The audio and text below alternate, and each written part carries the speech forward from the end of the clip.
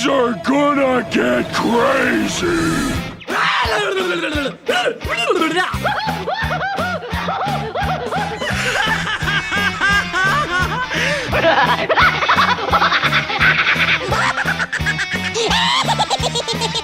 Most everyone's mad here. Hey, welcome, ladies and bees and gentlemen, to an all-new episode of AniMat's Crazy Cartoon Cast. How are you all doing, everybody? I hope you got your holiday shopping prepared, or that you're getting more and more ready for the holidays, considering that it is just around the corner. And I will tell you right now that yeah, maybe right now it looks like I'm a little bit exasperated, just a little bit tired, just starting to come in. But that is actually because today I actually went out to do a whole bunch of Christmas shopping, and it honestly took a lot more energy than I thought, and it took a lot longer than I expected. But I'm honestly happy with what I've done on that part, even if there are some that I have to go and try to change things up and try to consider make some last minute switches on what I want to do, considering that there are some things that, oh crap, it's sold out, then what should I do instead of that, you know? Sometimes it happens when you want to do some holiday shopping, especially at this time as we are getting closer and closer to the holidays like Christmas, Hanukkah, Kwanzaa, and whatever you would go and celebrate during this time. But anyways, before we go and do get things started on this episode, there are two things that I want to go and address.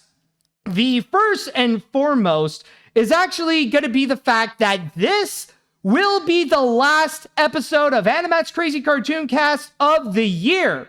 After this episode, I will be taking a 2-week holiday break. And by the way, this is not just a holiday break for me, but this is going to be a holiday break for all of us, so that when the holidays do come, then we will be spending our time with our loved ones, so that instead of doing the usual rounds of, all this, that we'll go and actually relax, we'll take a break from the craziness so that we could spend time with the family and, be there for the holidays. So just want to let you all know, and AniMat's Crazy Cartoon Cast will be coming back on January 6th. I believe that's going to be the date on Twitch, where we are going to go and count down the top 5 animation news of 2024. And I've already got a list prepared and some major highlights to go and discuss about some of the major things that have occurred in the year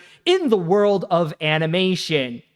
And by the way, the second thing that I want to go and quickly discuss about is that, considering this is going to be the last episode of the podcast in 2024, I might as well go and cap things off with a little shout out to a charity.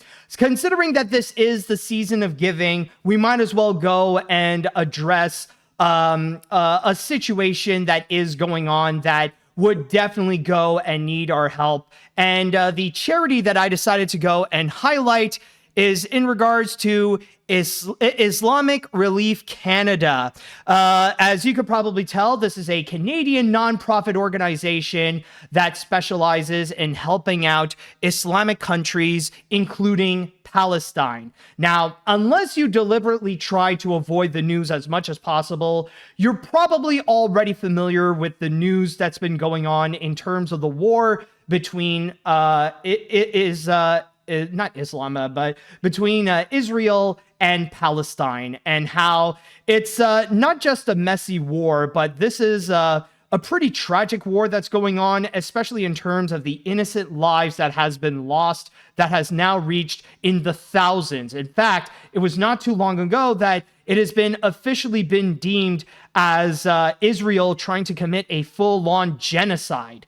And from there, the Palestinians right now, those who have survived, well, unfortunately, their whole country, not just in Gaza, but pretty much everywhere around them is now in ruins. So in that regard, this is why that they need the help of everyone, to go and rehabilitate their lives to a normalcy that was before any of this crazy war that occurred. Now, I know that there have been people, not just in the chat, but in general, that they have told me that I should be doing more to go and show my support in terms of what's been going on in Palestine. And I feel like this is a very nice opportunity to go and do so. And not to mention that with Islamic Relief Canada, they don't just go and help out Palestine, but also they do help out several other not Palestinian, but they do help out Islamic countries, which includes, well, okay, you might not see it, unfortunately, because my screen is blocking it, but they help out Palestine, Sudan, Yemen, Afghanistan, and more. And the money that you go and donate will go and help out to go and fund the health of the people in places like Palestine, their education, their livelihoods, food, and also water sanitation and hygiene. And again, this is so that their lives can go and return to a normalcy before the war. And considering that we are in a time when this is the holidays and this is a moment where people should feel happy, I think it is safe to say that it is the Palestinians more than anyone else in the world that deserve to have a moment of happiness after over a year of everything that they went through. So just want to go and give a special shout out to Islamic Relief Canada. And if you want to go and donate, then all you have to do is go to islamicreliefcanada.org. So, with that said right now, it is time that we can finally actually get into the actual episode. So, now I would like to go onto the chat wall, and I'd like to ask you all, are you ready to really go and end off 2024 for AniMat's Crazy Cartoon Cast with a bang? Let me hear it, folks. Are you ready? Let's see now. Yes, yes. Oh, that is great to see. All right, so I think with that said, it is now time we shall go and get things started. And with the first story that I have for you today, we're going to be checking out a teaser trailer, but not just any teaser trailer. This is a teaser trailer for possibly the most anticipated movie for cartoon fans, especially. Now, we have heard about this movie going on for quite some time, and the fact that now we're getting closer and closer to its actual release date, well, the hype is growing bigger and bigger, especially with the fact that, well, those who have already seen it, rather it be through special screenings or through the Annecy Film Festival during the summer, in that regard, they have been loving it. So far, it's already gotten high praise, and soon we shall see how the movie shall go. So let me go and take this off first and foremost, because if I keep it throughout the entire podcast, trust me, I will be sweating like crazy. So let's go ahead and start things off by checking out the teaser trailer for the upcoming animated feature, The Day the Earth Blew Up, a Looney Tunes movie. For generations, you laughed with them. Oh, is it over? And that is The Day the Earth Blew Up, a Looney Tunes movie, to which the film shall be coming out on February 28th. And like I said before, so far, from what we have been hearing in terms of word of mouth from the few people who actually did manage to go and see it, they have been loving it. It really does feel like a Looney Tunes cartoon, but in feature length. At least that is what is according to them. And from what we have been seeing in this teaser trailer, it looks like in terms of the comedy, they are holding nothing back. Like they're real, like, okay, well, no pun intended, but they really want to go and emphasize the loony in Looney Tunes in this, especially with how the main thing that they are showing so far is the comedy. And you're going to be getting a wide variety in here that is just bombastic, that's just going to be crazy. And like, they're not going to go and hide in terms of like whatever style of comedy they can go. Like, there's no like high level or low level. It doesn't matter. They're going to go and grab it all. And one thing I was even surprised is the kind of humor that, like, they're not afraid to go in full on gross out. And one that, honestly, I'm not surprised because they already did show a bit of a clip of it. Like, you already got the scene in which, you know, they're trying to go and, like, cover the cracks. And then suddenly, like, you got the one gag where Daffy is, like, showing his butt. But then there's also, like, immediately another one where you see, like, you got the dog right over here, like, making a fart bubble with bubble gum.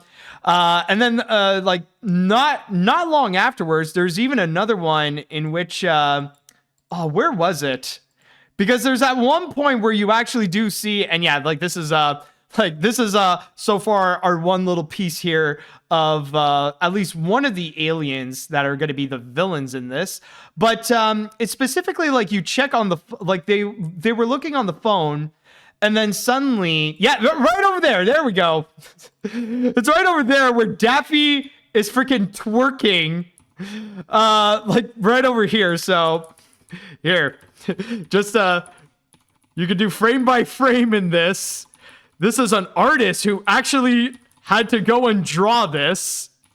I want to know, like, whoever animated that little scene, I want to know the name of that person, because we need to have the credit, because, like, I think that is something that animator needs to have on their godforsaken portfolio and on their credentials, like, for good. Like, someone needs to have the legacy to be known as the animator who drew Daffy Duck twerking.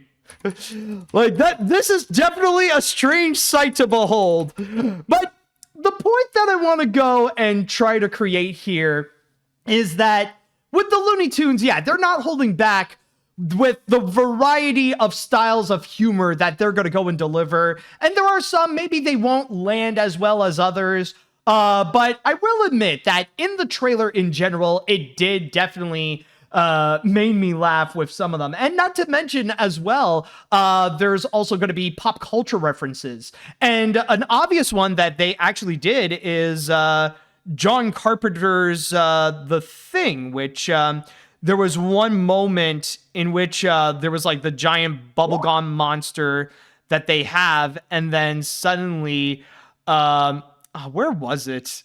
Because that's the thing with this entire trailer, is that like the cutaways, they go like so fast, but it's related to like this monster over here. And I'm not gonna lie, like even with this gag, yeah, okay, right over here. This is what I'm talking about. Yeah, I gotta admit, like the French kissing gag, that actually did make me laugh. But yeah, like we got a reference to The Thing right over here.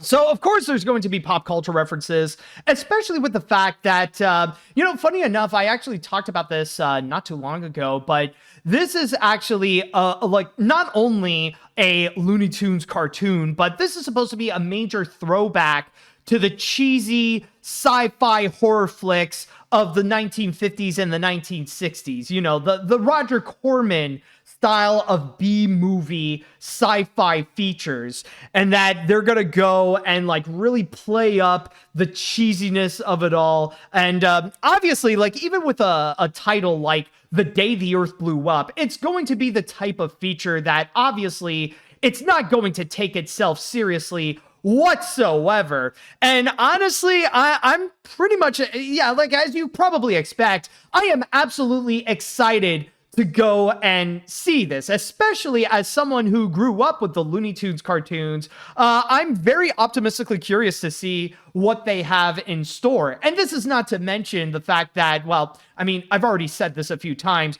that this has already gotten high praise so far. So that's already like leveling up my hype to go and see what they have in this. And so far with what they've been showing, it's just wild, it is crazy, but then again, that's what you're supposed to do with the Looney Tunes in the first place. And the fact that they're not holding back, and not to mention also, like, I almost forgot to go and say this, but that animation though, the 2D animation that they've done is absolutely beautiful. Like, very smooth, very expressive, and also at the same time, like, the kind that really does not hold back in terms of what they want to do in this. And not to mention, like, even moments where they do feel like throwbacks to the classic Looney Tunes, especially this one right over here, where you see the guy in the audience just arguing with Daffy and Porky Pig. The duck?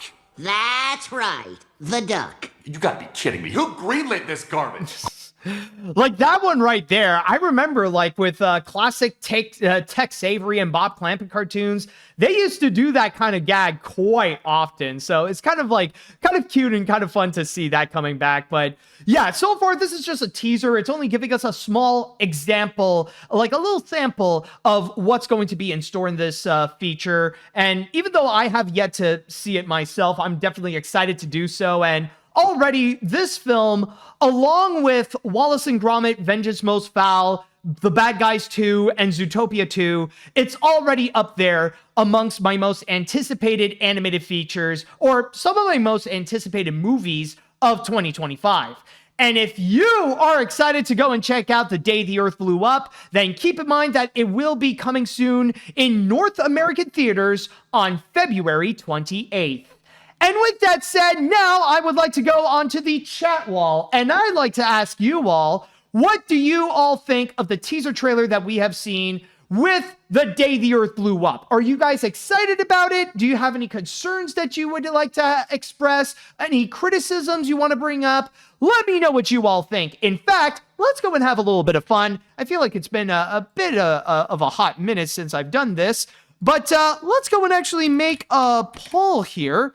And I want to go and ask you all, will you be watching The Day the Earth Blew Up? So let me go and write down yes, and then we write down no, and we'll see what the results are going to be. Oh, well, this sucks. Unfortunately, I think Twitch is unfortunately in one of those moods that they don't want me to do any polls, sadly, so sorry about that. I tried. Unfortunately, it won't be the case for this episode, sadly. But hey, if you want to go and express it, you're free to do so in the comments. So speaking of which, let's go and read some of them, shall we? All right, so I am honestly so glad we are finally getting this movie. And this trailer absolutely deserved the humor is top-notch and, absolutely delivered. The humor is top-notch and stays true to the Looney Tunes. The animation looks great, and Daffy and Porky stays true to who they are. So overall, I'm so excited for this, and it's just nice to see Looney Tunes in a positive light again. Seriously, I want to see the look at Zaslav's face knowing this movie will be coming out.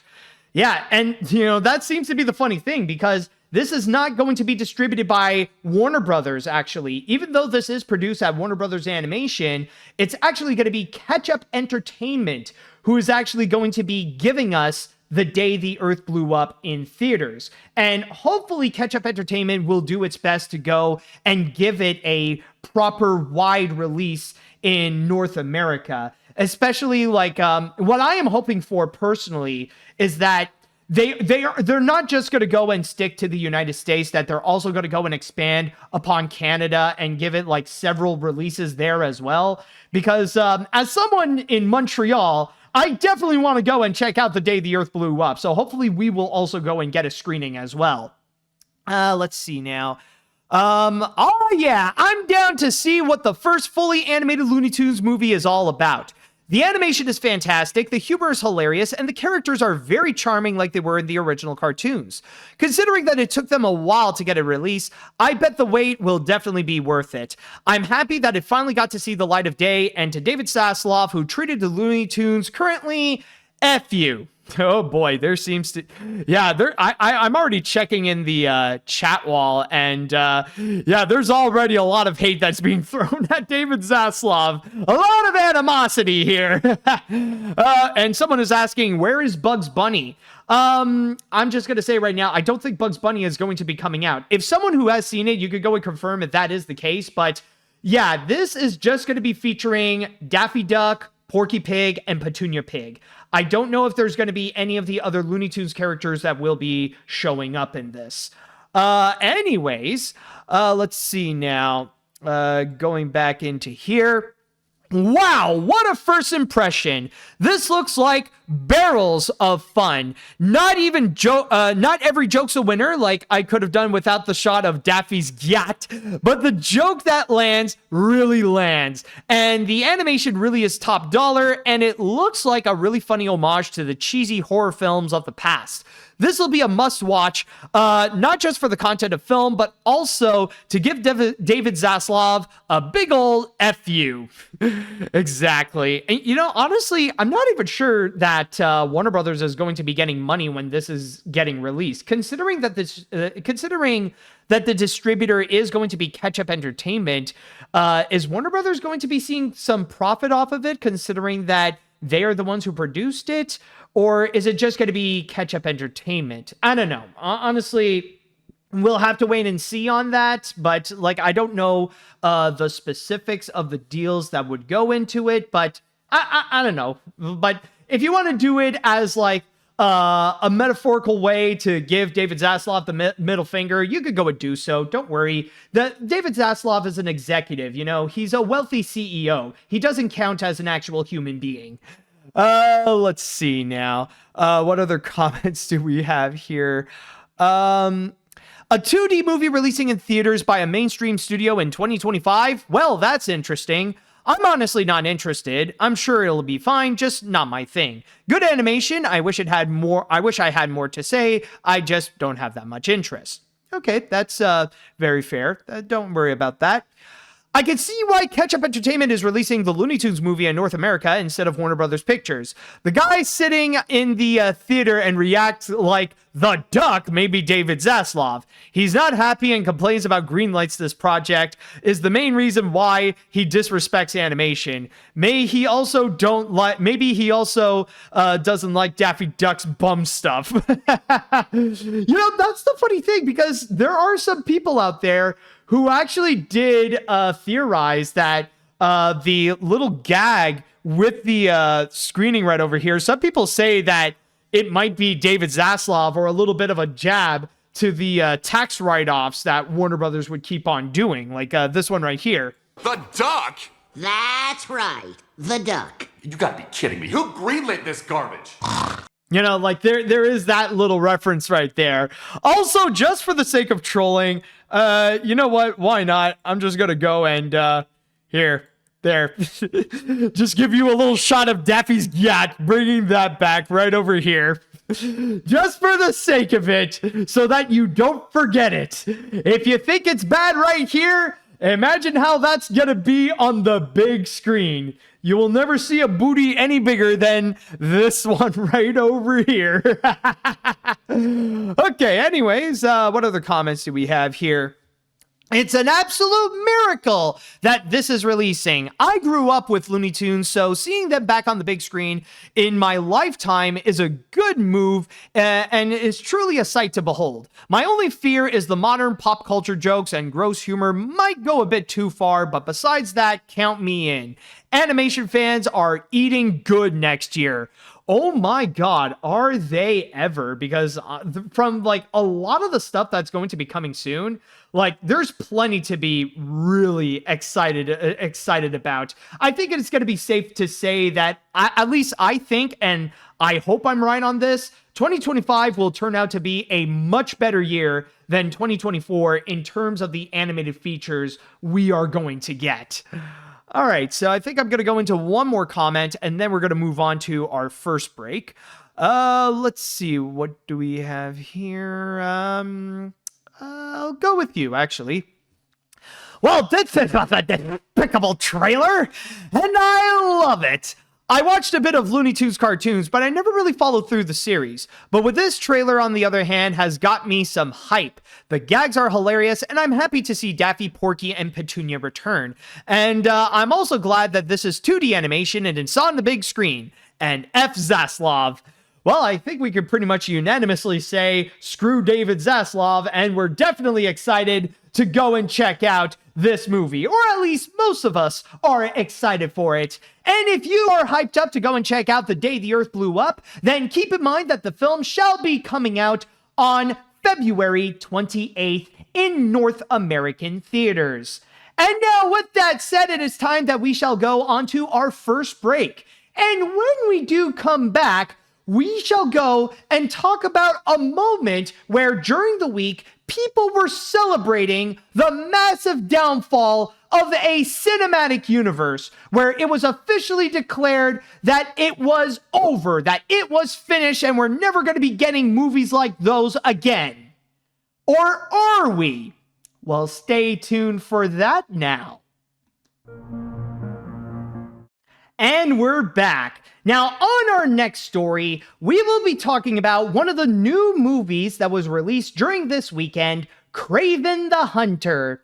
And as it turns out, well, considering that 2024 started off with a terrible Sony Spider-Man movie with Madam Web, it looks like the year is also going to end off with a terrible Spider-Man spin-off film from Sony with Kraven the Hunter. Because not only did it get the same kind of critical reception as Madam Web, where critics hated it and audiences just loved to hate it, but also at the box office, it was just a massive disaster.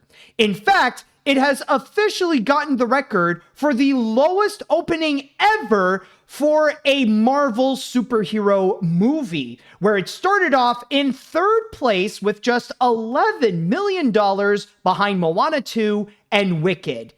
And because of this, because it ended off so badly, or things have started things off with Kraven the Hunter so badly, that people have officially declared that Sony's Spider-Man Cinematic Universe is over. Or specifically, it was when this article here from The Wrap, which I am using a free version from Yahoo Entertainment, it pretty much declared that Sony's Cinematic Spider-Man Universe is officially done. The fact that Kraven the Hunter ended up in a position where it is going to lose money for sure, and that there's just no interest in checking out the movie whatsoever, Sony is pretty much giving in the towel. They're pretty much saying that they are done with it and trying to shift their focus when it comes to the future of the Spider-Man films.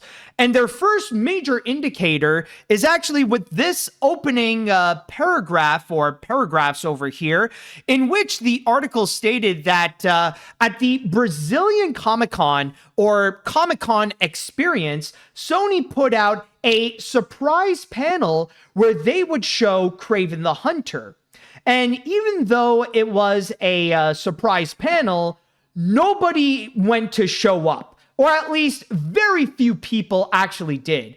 It was pretty much a place where at that booth, they were legit showing Kraven the Hunter to just about nobody there in an almost empty area that they were showing Kraven. And it was mainly because, well, not only was it like a surprise and nobody knew about it, but it was also the fact that nobody really cared for it, which was a very dark omen on how things would ultimately go with Kraven the Hunter on the big screen. And as it shows, even though Moana 2 and Wicked have been on the screen for quite some time, for several weeks, they're still doing way better than what Kraven is doing right now. And because of that, this article here has pretty much stated that now Sony's Spider-Man universe is pretty much done.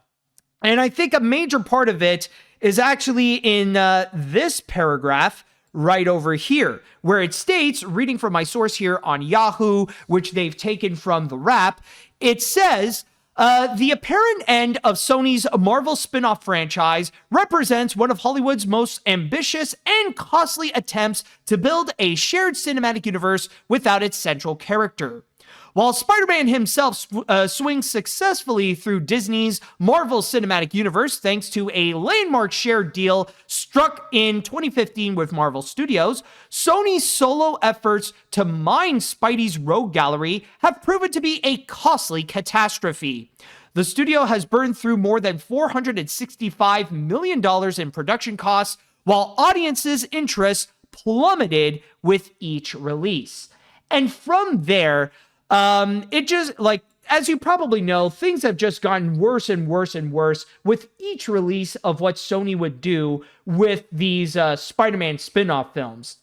They started off very strong with Venom, where even though it wasn't critically well received, it was a massive hit at the box office.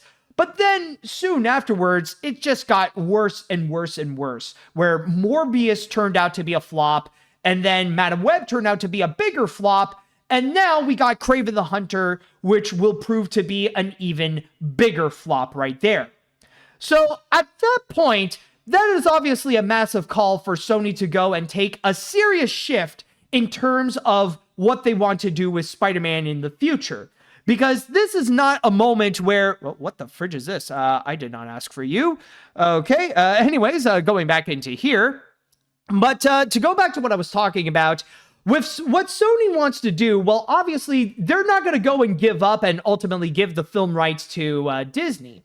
What they do want to do instead is actually shift their focus onto the projects that actually do have Spider-Man. So specifically, it is right over here, in which it states, for Sony, the future appears to lie in projects more directly connected to Spider-Man himself. They've developed what they want to develop for now, a top talent agent told The Wrap. It's really about the next Spider-Man film.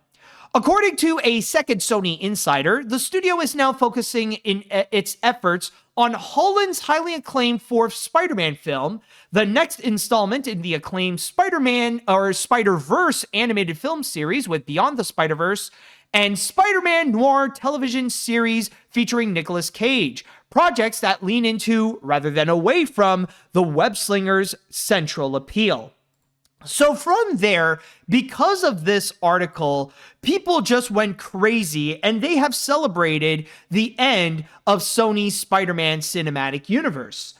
But then, a few days later, came this article from Variety called "Even After Kraven the Hunter and Madam Web, Sony's Marvel movies aren't dead." And this is a counter argument about what The Wrap has stated. And this one is pretty much saying that no, Sony Pictures is not giving up on making more movies with the Spider-Man characters. Or at the very least, they did, in this article, they even did mention that, yes, Sony Pictures is going to continue working on those Spider-Man projects like the fourth MCU Spider-Man film, Beyond the Spider-Verse, and Spider-Man Noir, but they want to go and clarify that just because things are not looking great with films like Madam Web, Morbius, and Kraven the Hunter, that doesn't mean that Sony will be finished with making these types of movies. That they're not saying that, okay, it's officially over, we're no longer going to do any more of these Spider-Man spin-off films.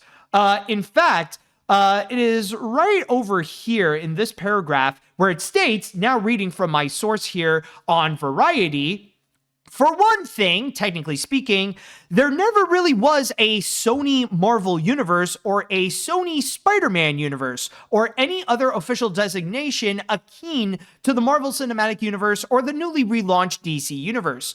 Sony has never approached its comic book adaptations with that level of intentional narrative coercion, as exemplified by the studio's casual, lowercase, and rhetorically ungainly phasing for its superhero films, Sony's universe of Marvel characters. So this is just to go, so this whole article is to go and clarify that Sony is not giving up on those Spider-Man films, and they still have plenty of plans in store. And yes, while things are not going great with the recent batch they put out, they're going to go and restructure and try to find a new plan on how Sony can deliver Spider-Man to the audiences. And I gotta say that, like, seeing everything that's been going on, and I'll admit, I'm not gonna lie, I was also one of those people that for a moment, I was thinking that, yes, this was officially the end of Sony's attempt of creating their own cinematic universe with Spider-Man. Because I think it is safe to say, regardless if you have seen those movies or not, just looking at the reception and how it performed at the box office and all that kind of stuff, it really did feel like a failed attempt of a cinematic universe. And one thing that I will state that I do kind of agree with this Variety article right over here is that technically this isn't necessarily a full-on cinematic universe. And that is mainly because this is Sony's attempt not of a legitimate cinematic universe, but this is all just Sony's attempt in riding the success of the Marvel Cinematic Universe. That Sony is hoping that because they have a very significant Marvel character with them, that they could just go and ride off the back of Disney's success with what they have been pulling off with all the Marvel movies, and that they would use that to their leverage, thinking that if they could go and produce movies that could somehow have a connection to the MCU, then the MCU fans will have no choice but to go and check their films out in order to maintain the consistency of the big picture of the Marvel Cinematic Universe, because they would think that, well, even Sony is now applying their movies onto the MCU. So if we want to have a big idea of what the whole story is about, then we have to go and check out those movies as well.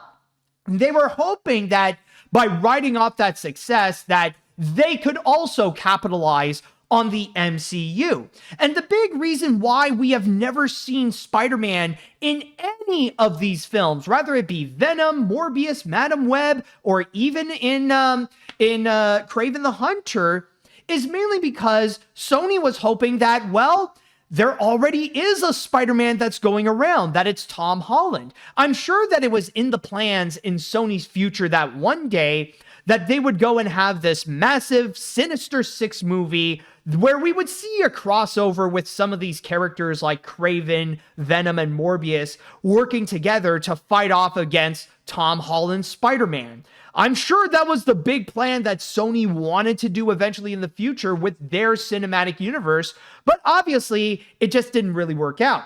And if you don't believe me, there is already some evidence that Sony tried to go and do this. One great example is in the second Venom movie. If you watch the post-credit scene that they tried to do there, Eddie Brock and Venom were watching TV, and on the news, it was reported about the big reveal that happened at the end of Spider-Man Far From Home, when Mysterio revealed the identity of Spider-Man as Peter Parker. And yes, it was that exact same scene from Far From Home that they would go and actually present.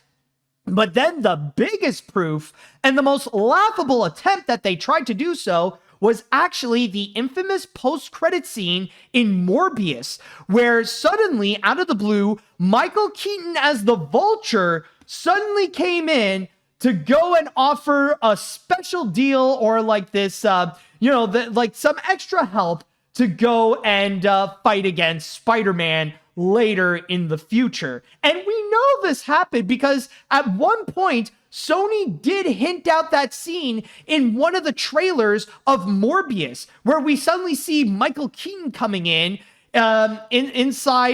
Morbius, and we had no idea why. And a lot of people assumed like, oh, well, it's like maybe that's the Vulture. And it turns out that it is. And apparently that thing was just so stupid that not long after Morbius's release, Sony decided to just take out that post-credit scene and just decided that they would give up to try to go and have a full direct connection with their movies with the MCU. They decided, you know what? No, how about we go and backtrack on that and like tried to like build up on some of our stuff before we would get serious into what we wanted to do with them. So that's the big point that I am trying to go and create.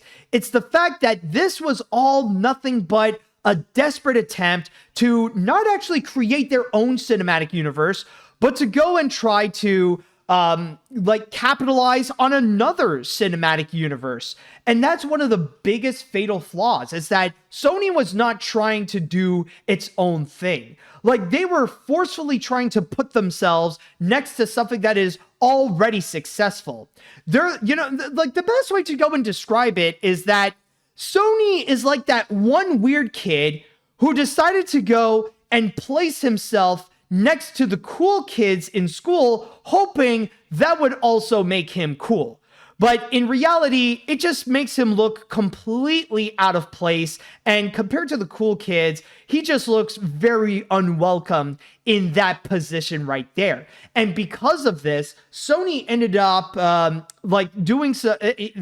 ended up causing some bad consequences to the entire landscape of superhero films. I'm not saying that they're the main ones who are responsible, but because of their movies like the Venom sequels with Morbius, with Madam Web, and now with Kraven the Hunter, they really did add so much to the franchise fatigue. It's the reason why people are starting to become a little bit more and more tired of the fact that, you know, they don't want to watch superhero movies anymore, because now companies like Sony are just mass producing these things instead of actually putting in some legitimate effort into them. But then again, some could go and argue that, well, you know, the biggest problem is just the fact that, you know, Spider-Man needs to be in this. Like, if Spider-Man were to actually be included, or like we actually do see Spider-Man in some of these scenes, then maybe those movies would have been worthwhile. But I would go and disagree on that. You can actually make these kinds of spin-off films, and they could actually be very good on their own. You know, like, we have actually seen a bunch of projects where it would star a superhero villain and they would turn out amazingly. Now, maybe we haven't seen a full-on example in terms of movies, but in terms of TV shows, they've been working beautifully. Case in point, look at Loki. Look at Agatha All Along. Look at the Penguin. They have done tremendously and resonated very well with both critics and audiences, and actually do a great job to connect themselves with their respective cinematic universes. So in terms of Sony's excuse, it really is a case of just get good. You can actually make a great movie with characters like Morbius or Kraven the Hunter or Madam Web, or I'd even throw in Venom. But the biggest problem is that they were just not really good enough. You know, they weren't really good movies on the same levels as some of the more highly acclaimed superhero films out there. It's just the fact that people, you know, and I know, like, I said that, oh, this is part of the superhero fatigue, but I'm not necessarily pointing out of the fact that, oh, we got too many superhero films. It's not really that. What people are tired is mass-produced superhero films. The fact that people are just tired of the fact that these companies, whether it be Disney or Warner Brothers or Sony, that they value quantity over quality and just keep pushing out these superhero films without putting much quality into them in terms of actually making them worthwhile. So that's the real part that people are really tired. It's not superhero movies in general. It's just bad superhero movies. That's what they're mostly tired of. And not to mention that another factor that really was problematic is just with Venom, actually. Considering that Venom did turn out to be a big hit, it really ultimately sent the wrong message for Sony Pictures, because that was technically the first of those spin-off films that Sony did put out, and that turned out to be a massive hit.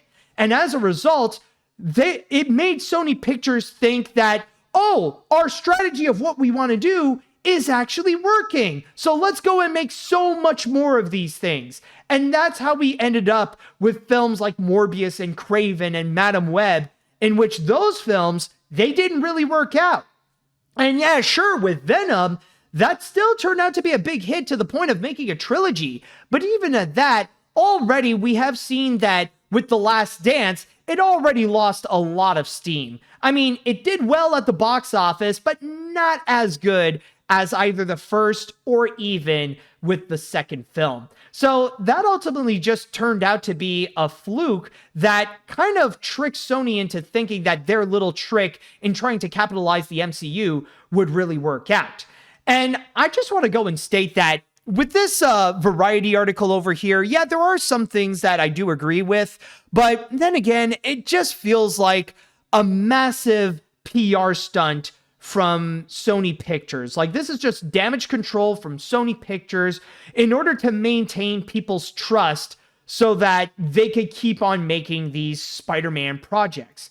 And honestly, in my opinion, I feel like, at least for now, Sony needs to go and actually end off this cinematic universe with all the Spider-Man spin-off characters. Because so far, they have not been working, not just in terms of the movies themselves, but especially financially. And the more that they keep doing things like this, the more they're just going to end up hurting themselves, and the more they're going to put themselves in a really bad position where they're going to end up having no choice but to go and sell the Spider-Man film rights. Like, it could be in a spot where they'll be that bad. And I mean, already this year, the Sony Corporation, not just Sony Pictures, but the parent company, Sony, they're already in a really bad spot.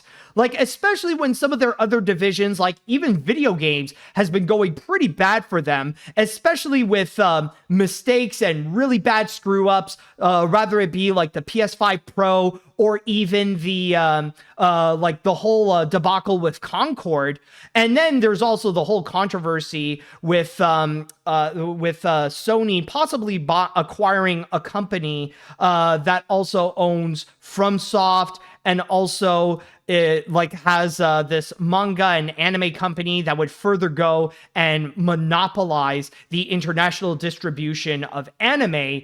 From there, the Sony Corporation has become a massive mess, and they're in a position where they cannot afford to keep messing up with Spider-Man, because otherwise in the future, Disney is going to come in and they'll have a great leverage in order to bring Spider-Man onto not just the MCU entirely, but to bring Spider-Man into the Walt Disney Company in general.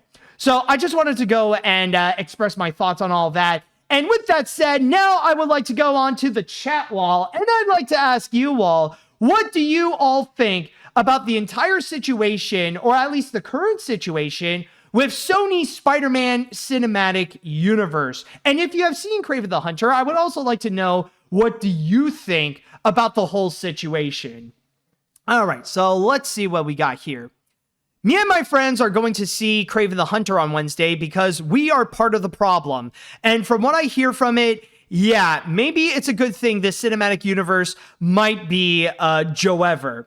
Granted, the Venom movies are a lot of dumb fun, especially Let There Be Carnage, but everything else like Morbius and Madam Web are just horrible. If it doesn't get relaunched, it needs to be overhauled big time. Give it the DCU treatment. But as it is now, no amount of morbing is gonna save it, especially. I'm honestly not that surprised this happened. This cinematic universe Sony tried to develop, it was a disaster. It may have worked with the Venom movies, but everything else like Morbius, Madam Web, and Kraven, it just ended up as the new DCEU and ended up as an utter embarrassment. And at this point, I've lost so much trust in Sony making these movies in their own, and Sony would be better off to just give the Spider-Man rights to Disney. Yeah, and not to mention that I know a lot of people might bring up, oh, but what about Beyond the Spider-Verse? Yeah, but keep in mind that Beyond the Spider-Verse is going to be the last of those Spider-Verse movies. Afterwards, then what? Sony is going to be in a pretty sticky situation where the only things that they'll have that will truly be reliable will be the Tom Holland MCU films. And I'll even say right now, they're going to be in a pretty bad situation. Like, they'll be in a pretty tough spot if that Spider-Man Noir series doesn't turn out to be a hit. If that flops just like what we've seen with Kraven and Morbius and Madam Web, yeah, that's when we're going to go and sound the alarms that Sony Pictures is in serious trouble. Let's see. What else do we have here? What other comments? The Sonyverse is finally over, and we could celebrate over this massive failure. The new Marvel movies that critics and people never going to see those, and finally, we could agree that Sony Pictures needs to nuke their cringing era and needs more Spider-Man, and hopefully we will be grateful. Also from the last story, one actor has discussed that why has not worked with Christopher Nolan since the 2000 film Memento is because he was blocked by a Warner Brothers executive. I feel bad for this guy.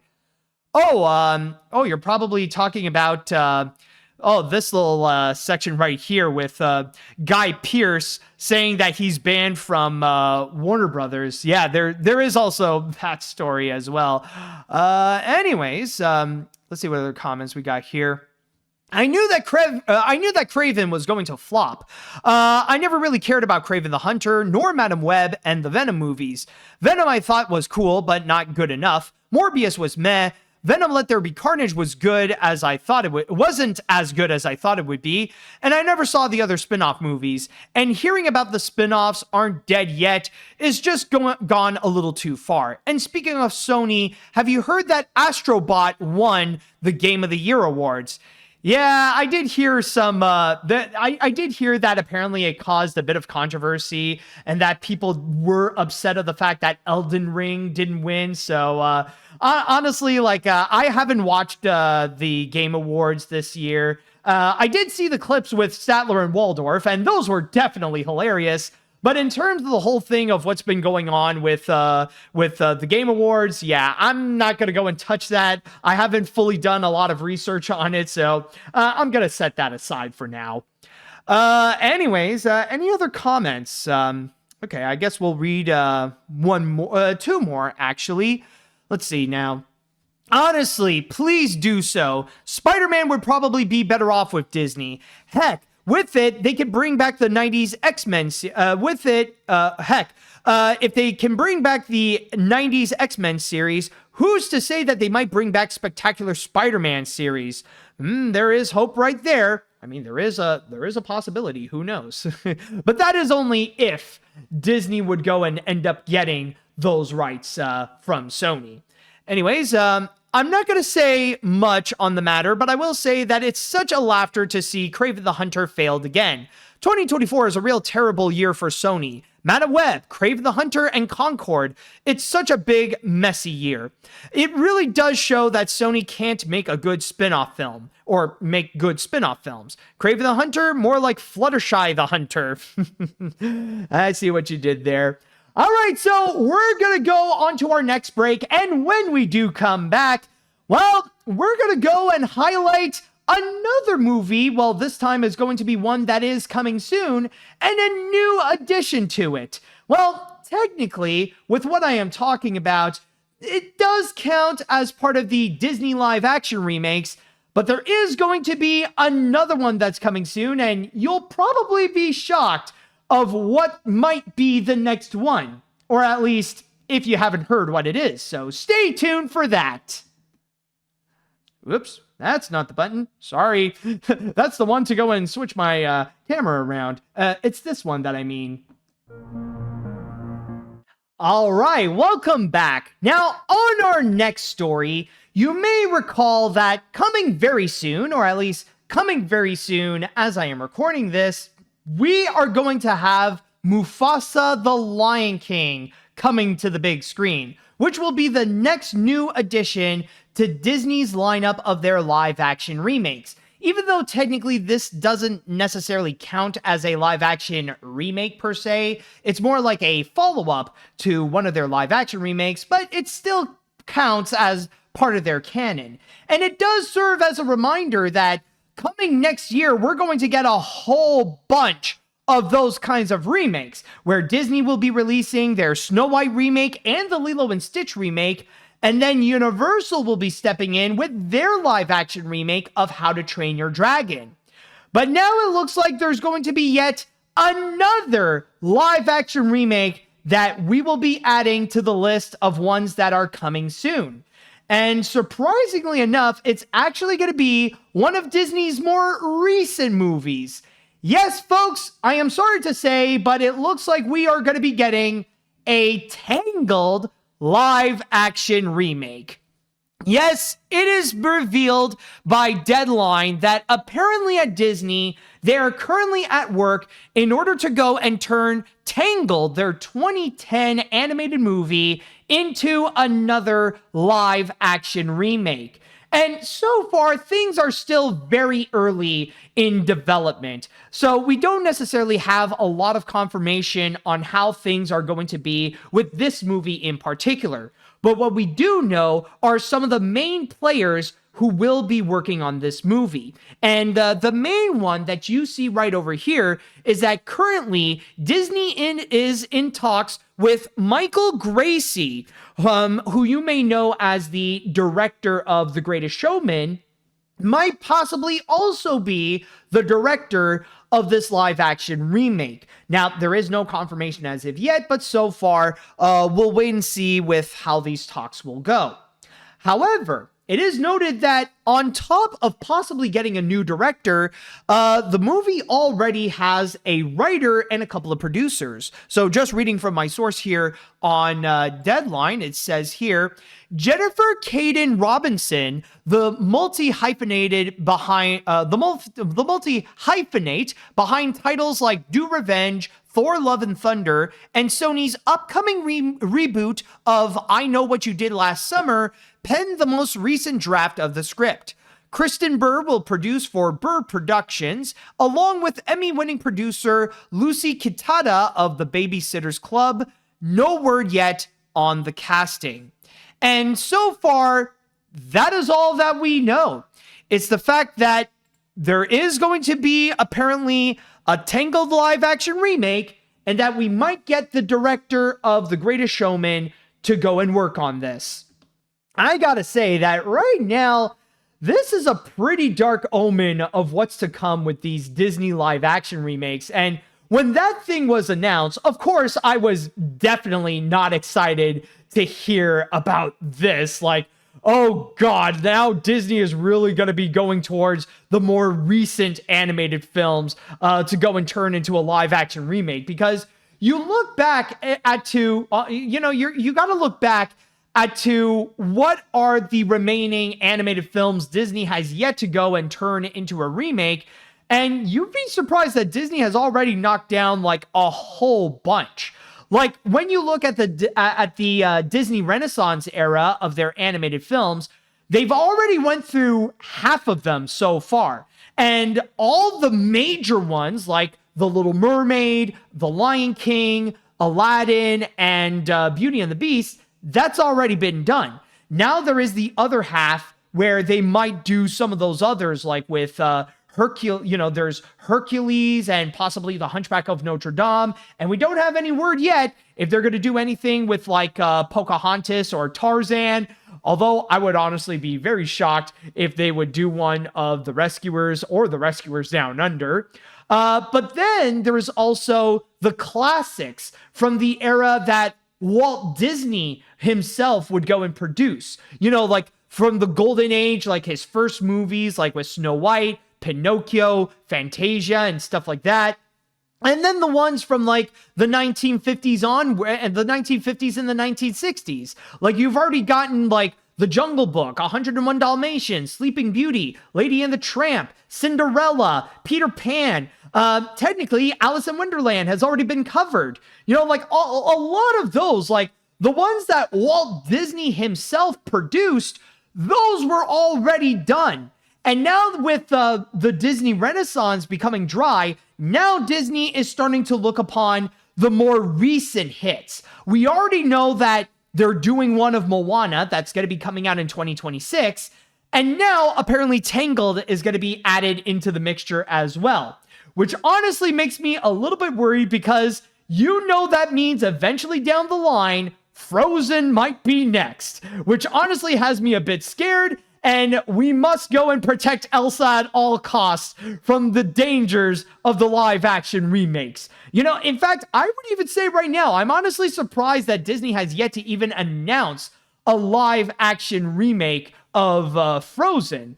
But I don't know, maybe they already have a strategy with it, and maybe they want to prioritize doing Frozen 3 and Frozen 4 first, which, I mean, you know what? Say what you will about Disney's current sequels, like with Moana 2 or Ralph Breaks the Internet or Frozen 2. I would much rather have them do a sequel than to go and make a live action remake. I'm just saying. But with that said, though, like now alluding to that fact, and it seems that now Frozen, or that Tangled, is now possibly next on the list. Which honestly has me a bit concerned, honestly.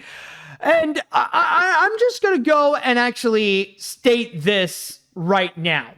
As much as I am reluctant to the idea that they would go and make a live action remake of Tangled, the only positive thing that I could say right now about it is that I could see how Disney can go and turn Tangled into a live action remake. Or at least the process of it would be a lot smoother than some of the other live action remakes that they have done.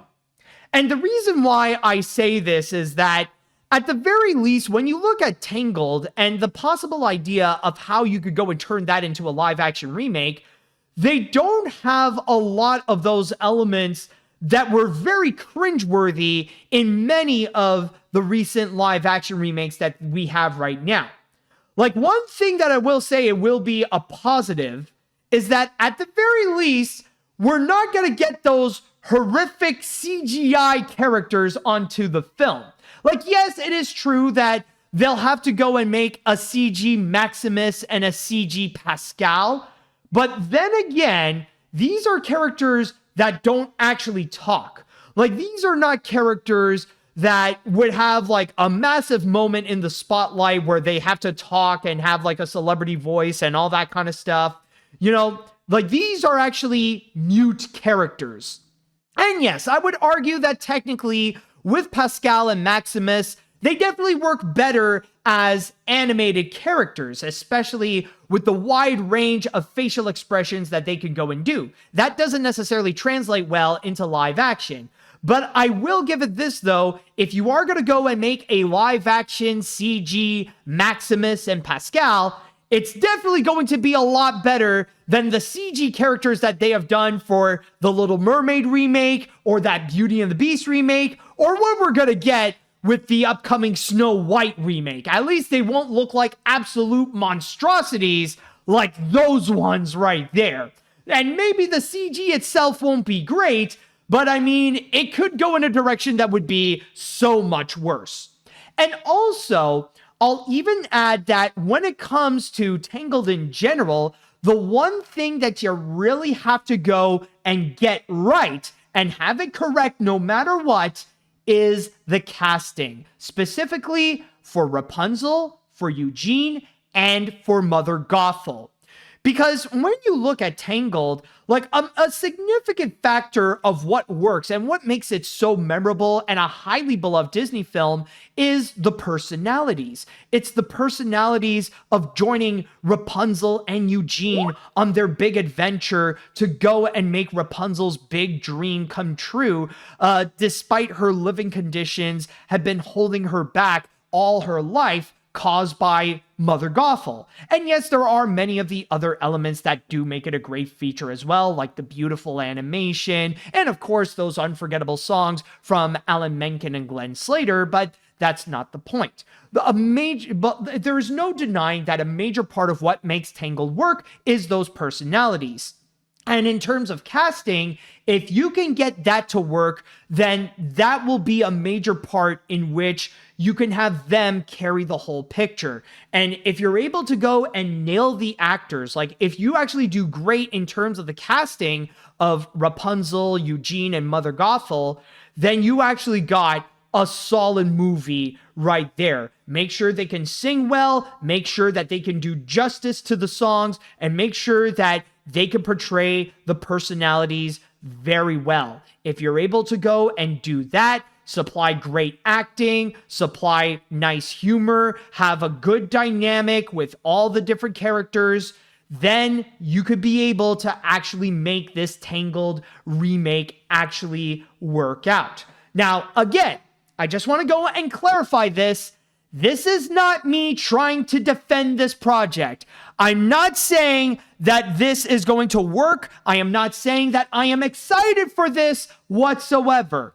What I am saying is that this is a project that Disney is less likely to screw up compared to all the other movies that they could go and possibly remake or have already remade in the first place. I'm not saying it's completely foolproof, but it is a lot more foolproof than some of the other possible remakes that they could do. That if they're able to get some of those elements correct, especially in terms of the casting, then things might actually go okay with this remake itself. But then again, there is also that chance that maybe they will screw up. Maybe they got the wrong actors in this. Maybe their acting won't be great, or that the songs won't stand out as well as they do in the original animated film, and it could still turn out to be a massive disaster. There is that chance, and I know there is that possibility. But still, though, honestly, I don't necessarily have a whole lot that I could say about this. But honestly, the best way that I could describe it is that I just feel extremely reluctant on the fact that they are doing this. I think it really is just the matter of the principle that they're remaking they're remaking Tangled, and that, they're doing more and more and more of these live action remakes where it feels like it just never ends, especially from Disney. It's not fun to listen to, especially if you're a movie fan and if you're an animation fan. It's just groaning and eye rolling every time you hear more and more of these remakes that are happening. But to its credit, to give it the benefit of the doubt, this does seem like a project that it could maybe work if they could get some of those elements to actually succeed. I'm not saying that this is going to be good, but there is that possibility that this project can be good as long as they do get the correct casting in this. So overall, who knows if this is going to happen? I mean, there is also that possible chance that maybe this won't go far and this project could ultimately get canceled. But still, though, I think it is safe to say that after everything and after all these remakes we've been getting again and again and again, I'm not excited for the idea of a Tangled reboot. Even if they would bring in Michael Gracey to go and direct the film, I'm sorry, I'm just not really that hyped up for it. All right, so with that said, now I would like to go onto the chat wall, and I'd like to ask you all, what do you all think about the possibility of a Tangled live action remake? Do you guys think this could work? Are you guys actually optimistic of the idea of a Tangled live action remake? Or are you pretty much fed up with these live action remakes and you're not excited to hear that this is going to be included as well? Let me know what you all think. All right, so let's see here. I'm not gonna lie, I am a little curious as to how this could turn out if it happens. I love The Greatest Showman, and Better Man was really, from what I heard, was really good from what I've heard. So maybe they could pull something off. That is, if Disney lets him cook. But overall, I wouldn't spell doom and gloom just yet, because this isn't the first time a remake was announced by Disney only to be scrapped, such as Bambi and Sword in the Stone. It really depends on how these next films perform in the end. We'll just have to wait and see. Oh boy, if it depends on the next movies, yeah, I don't know, honestly. In that regards, if we're going to depend on let's wait and see on how things go with Snow White and Lilo and Stitch, Yeah, those hopes are, yeah, honestly, if you're going to be judging based on like what's going to be coming up with those, yeah, it's not going to give you, I'm just going to say now, it might not give you a positive sign as to how things are going to be with Tangled. Okay, let's see here. I absolutely love Tangled and the Tangled series, and I am honestly not happy with this, and I'm not excited for this. We really are at the point where now they're remaking their recent films because much like How to Train Your Dragon, it's not even 20 years old, and I've honestly just been burned out by these remakes. Although in terms of casting, I could see Kathryn Hahn as Mother Gothel, given her past casting as Agatha. See, there could already be an idea right there. And I mean, honestly, I could see, same here. I could see Kathryn Hahn as Mother Gothel. Not only has she proven with Agatha that she can have the right personality to portray a villain like Mother Gothel, but she's also got the singing chops as well. Agatha all along has already proven with their musical numbers that she could be a great singer. So in that regards, that's already one idea right there that could give at least some promise to this Tangled remake. Let's see what else we have here. Disney was running out of popular 20-year-old and older movies and decided to remake the 2010/early 2010 movies. It should have been easy to just remake The Black Cauldron, Atlantis, and Treasure Planet, but the key word here is popular. Those are cult movies, not hits that everyone knows. Honestly, I'm worried about who will play the main lead in Tangled. I remember people having a fit over a fan casting of Avantika as Rapunzel. A fan cast. I'm so sick of people attacking these actresses. Honestly, I'm not really that familiar with Avantika, so I don't know. I'm not sure. For a second, I was reading, I wasn't fully reading, and I saw a little bit. It was like, did that say Aquafina? Bring in Aquafina as Rapunzel? Apparently playing as Scuttle is not enough. Let's go and have Aquafina play as Rapunzel and just see what happens. Really true. If you don't care about how this movie is going to be, if you really want to unleash chaos, go ahead and bring in Aquafina. Oh boy. Yeah, I know. Trust me. I know that Aquafina is not the same race as Rapunzel, but that is kind of the point. And I mean, I'm not going to lie. Aquafina is a very attractive woman. And I mean, if she would go and play as Rapunzel, I mean, I wouldn't necessarily complain all that much. Okay, anyways, though, let's see what we got here. I will be completely honest. I never really cared or have any self-interest in the live-action remakes of Disney. I can imagine when the movie is developed, there won't be any kinds of controversies among the story and the crew in casting. Also, which actor do you think is the right one for this film if you were the producer of the movie to cast? That is honestly a good question. And I never really thought of that, honestly. The only good one that has been brought up is actually Kathryn Hahn as Mother Gothel. But in terms of who would play as Eugene or as Rapunzel, that I'm honestly not that sure. Or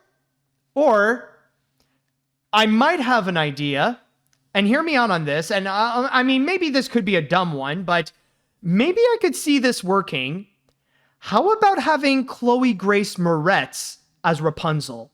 I think she could actually be one who can do very well.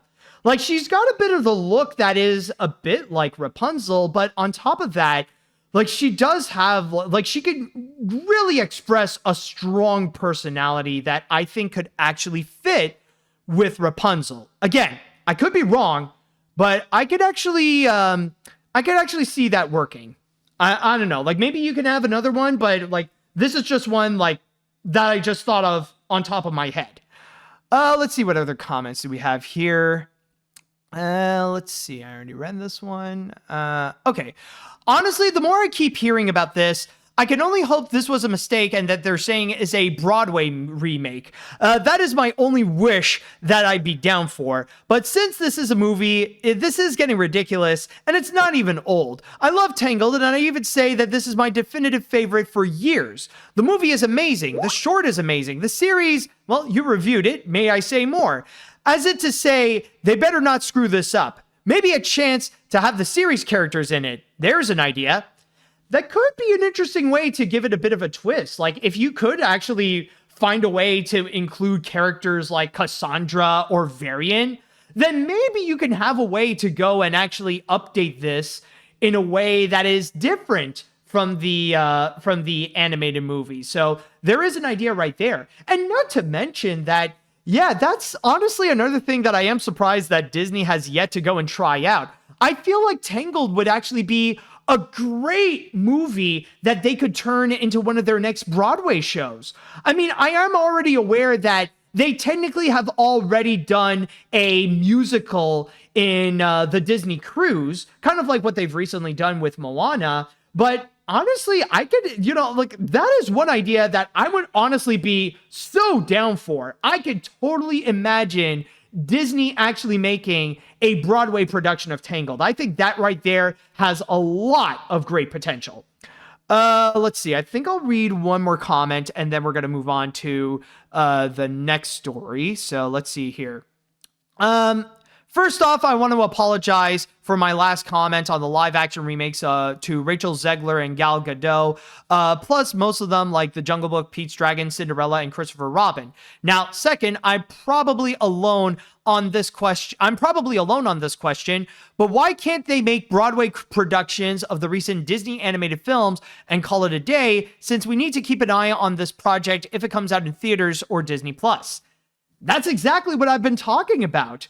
Like, honestly, instead of actually turning them into live action remakes, turn them into Broadway productions, turn them into stage musicals. That would actually work out much, much better. And not to mention that Disney has found some amazing success with it.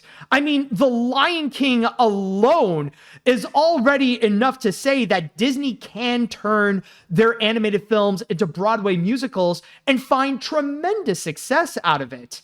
So I'm just saying, like, no to the Tangled live action remake, and yes to the Tangled Broadway show.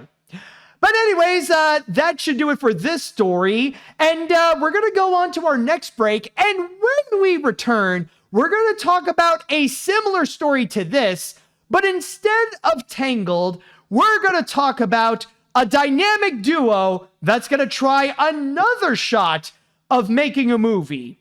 But will it work out this time? Well, we're going to go and we will come back and see how this cat and mouse chase will turn out. All right, we're back. So now on to our next story. We will be discussing about one of the most iconic duos in animation, Tom and Jerry. And as much as their classic cartoons have been so beloved throughout the decades, they have been having a very hard time in terms of trying to create a movie.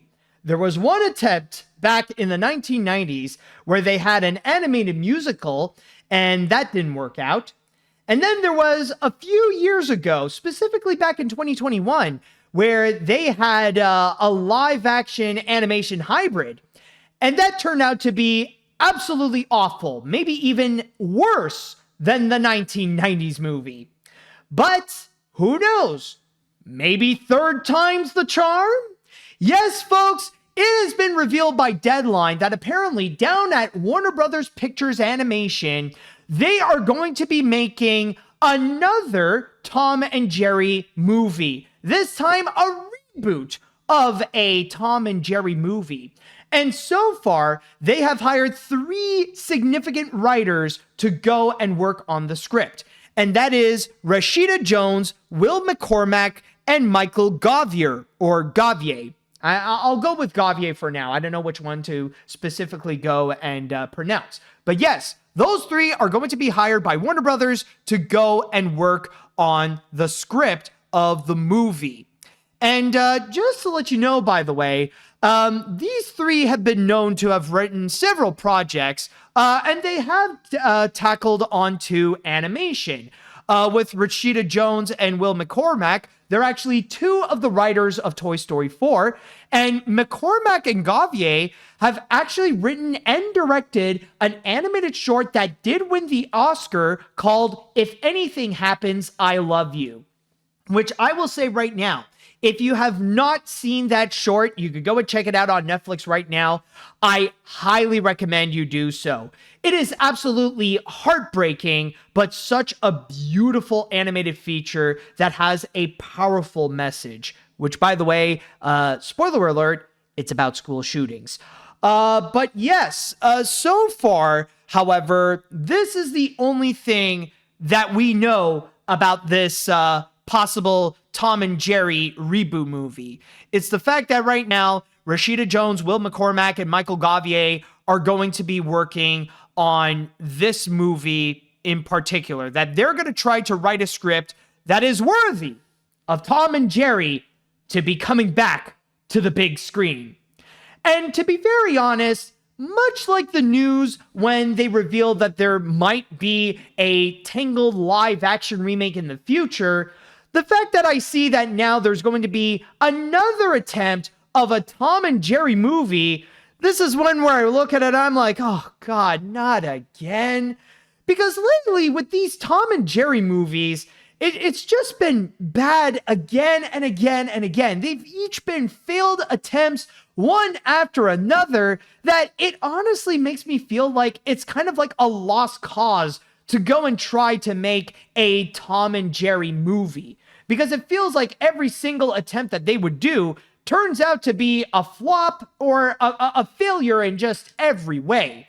Now, I know some people could go and argue that maybe that's not necessarily the case, because there might have been a few of those direct-to-home media Tom and Jerry movies that might have actually turned out to be pretty good.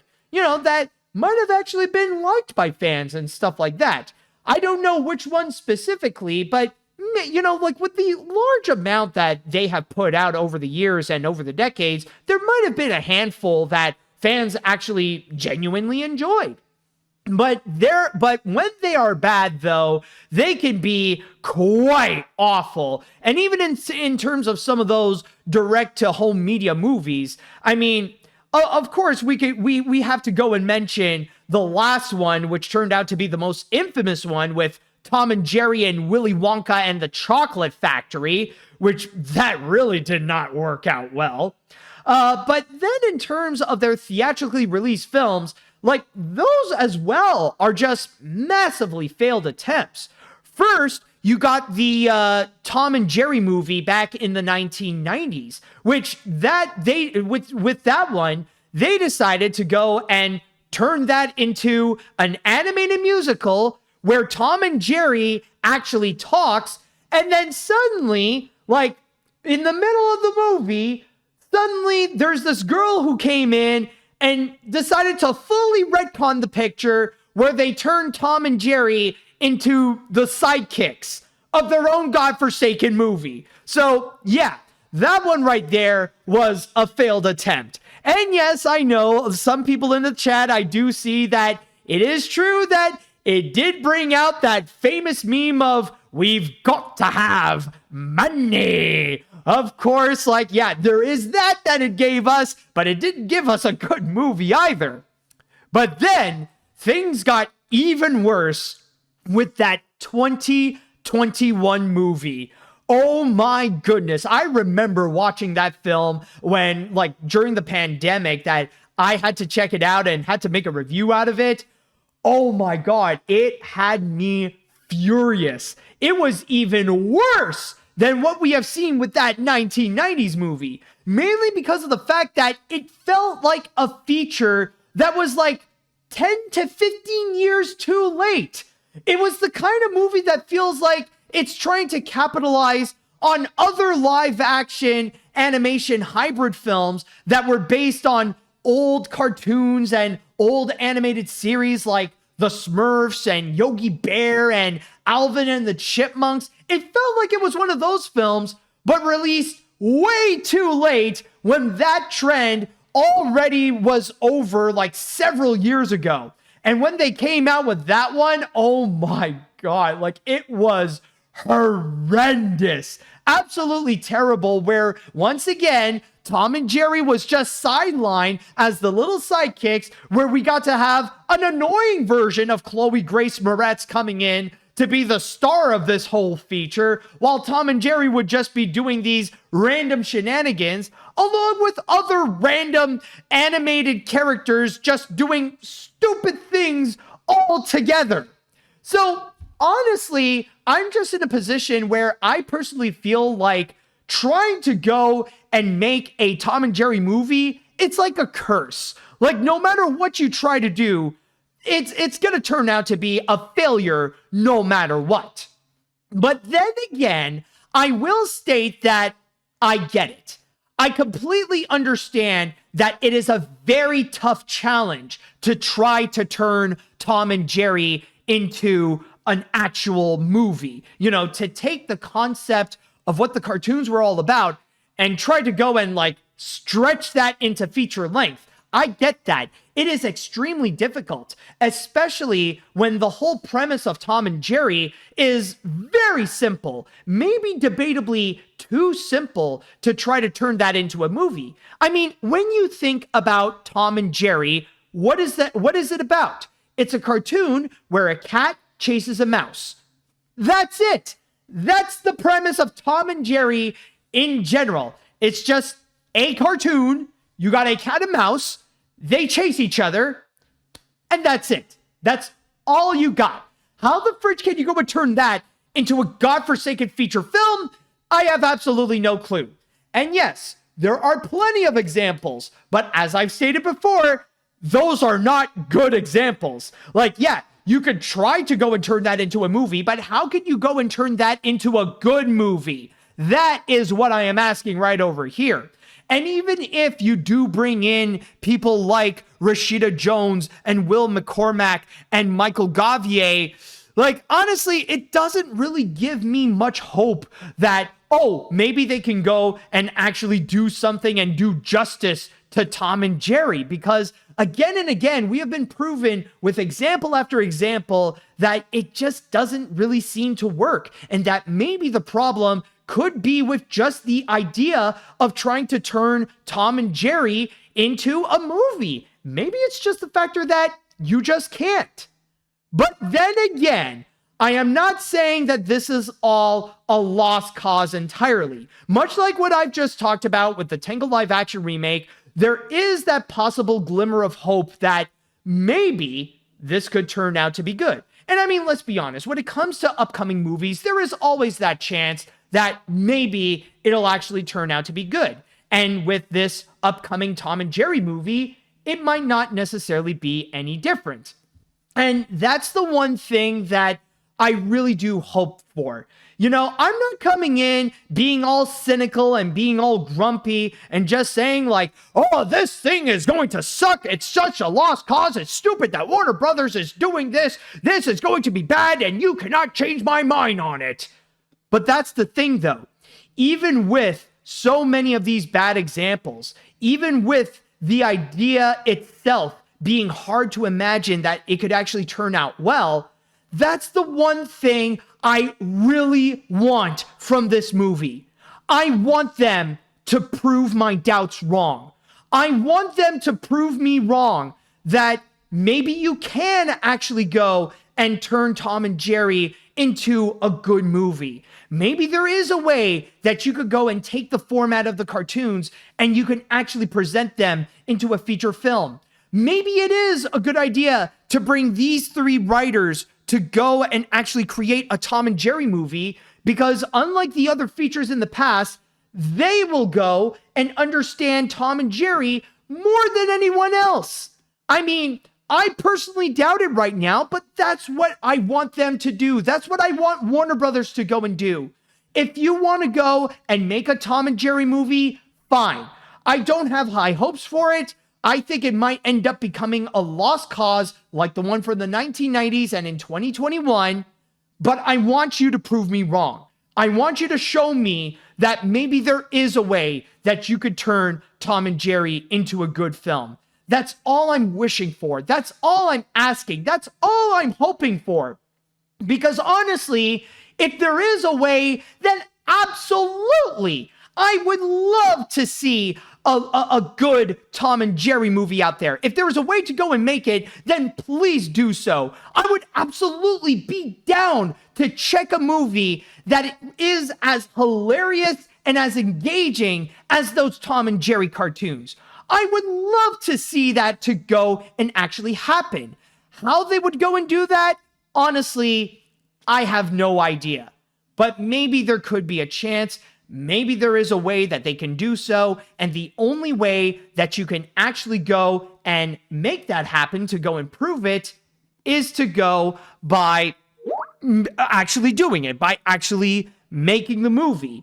And again, I don't know how it's going to do, and I don't know if they'll be able to pull it off well, but still though, I do wish Rashida Jones, Will McCormack, and Michael Govier the best of luck on this project. And I'm just going to say, maybe at the very least, they could go and be better than the 2021 film. Honestly, at minimum, I just want to go and ask, can we please not start the movie off with rapping pigeons who poop on each other? If you could start with a different kind of opening than that right there, then maybe you're off on a good start to at least be better than the 2021 film. Because trust me, it is not a great welcome when you see a bunch of pigeons flying on top of New York City going, "Can I kick it?" Yes, you can. No, you can't. Not like that. Trust me. Holy crap. It's just honestly, it's just the idea of this is bringing me a lot of really bad memories of that 2021 Tom and Jerry movie. And I think a lot of it is because of that in particular. Why is it that I'm having my doubts on this particular project? But anyways, let's actually go onto the chat wall, because I want to know what you all think specifically. What do you think about another attempt of a Tom and Jerry movie? Do you think there is hope for this? Do you think that there is a chance that maybe this could turn out to be good? Or do you think it might be a lost cause? Let me know what you all think on that, folks. All right, so let's see what we got here. To be on, if I'm being completely honest, I have to agree. Considering the past experiences of Tom and Jerry movies not turning out well, rather it be the 90s film or especially the 2021 movie, and how they didn't understand the source material, so overall, I have my doubts. However, you got to keep in mind that we are talking about Warner Brothers, and the only question I have is this movie ever going to come out, considering how Warner Brothers treats animation nowadays? Oh yeah, there is actually that too. Honestly, that should be the question we should ask before anything. It's not, is this Tom and Jerry movie going to be good? It's just, is this Tom and Jerry movie ever gonna be? I think that's a better question right there. We have to wait and see if Warner Brothers is actually going to be making that movie in the first place before we could judge if it's going to be good or bad. All right, let's see what else we have here. Wait, Warner Brothers is making another Tom and Jerry movie? Oh, no. This should not happen again. I watched the live action movie a few years back, and it was bad enough to throw things at the screen. If they're going to make another Tom and Jerry movie, why not turn it into a 3D animated movie like what they did with Scoob? It would be something, but seeing this just gave me a poor taste. Why are they doing this? Oh yeah, in the words of Tony J, we've got to have money. Now, I just want to go and state this right now. There is no confirmation if this is going to be a live action animation hybrid or if this is going to be an animated movie. There is no confirmation if it's either going to be one or the other. Again, this is still in the very early stage of production, and all we know about it is the 3 writers that we have here who are going to be in charge of this. Maybe this will work, maybe it won't, but we'll wait and see until we do get more info in the future of what they're going to do in the first place. Let's see, what other comments do we have here? Oh boy, another Tom and Jerry movie. Yeah, is this something we are going to be excited for? I don't think so. The 1992 animated film is not good, but a cult classic to some fans, thanks to the meme. The 2021 live-action animated film, well, the Pigeon Rap song is worth watching. Sorry, this is like the Sony Marvel universe again. By the way, when is the review of the Lord of the Rings anime, Mufasa, and Sonic 3 coming? Okay, so I've already mentioned this last week. I already did a post putting out my schedule, but I'm just going to say right now, just to like quickly mention this. The Lord of the Rings anime review is coming out this Friday. Next week is going to be the Mufasa review. And then it's going to be next month in January, after I do my top 5 best and worst animated films of 2024, that I'm going to do the Sonic 3 review, just to go and give me time to go and get to work on all the other projects. So just want to go and quickly mention that. All right. So anyways, okay, I don't really have much of a comment for this, since from all the old cartoons, Tom and Jerry are my least favorite among them. Not to say they are terrible, but I think they can be repetitive if not made well. Plus, Jerry is as likable as much as Tweety, and the live-action movie proved my point. But who is to say that this will be a bad film? Or who's to say that it will be as bad as that film? In fact, Looney Tunes just proved it is possible to take old characters to a new generation. There is a sense of hope, but not for me. I'm still not a fan. You know what? Right there, that might actually be the best example to prove that maybe there is a way that you can actually make a movie based on Tom and Jerry. It's not necessarily with the other examples of Tom and Jerry, but rather with The Day the Earth Blew Up. Oh my God, I actually forgot that I had this. Oh my God, honestly, it just slipped my mind that I forgot that. Oh yeah, the last thing I put up is just Daffy's big butt. Oh my goodness. But yeah, okay. Well, okay, maybe let's not go with like this right here.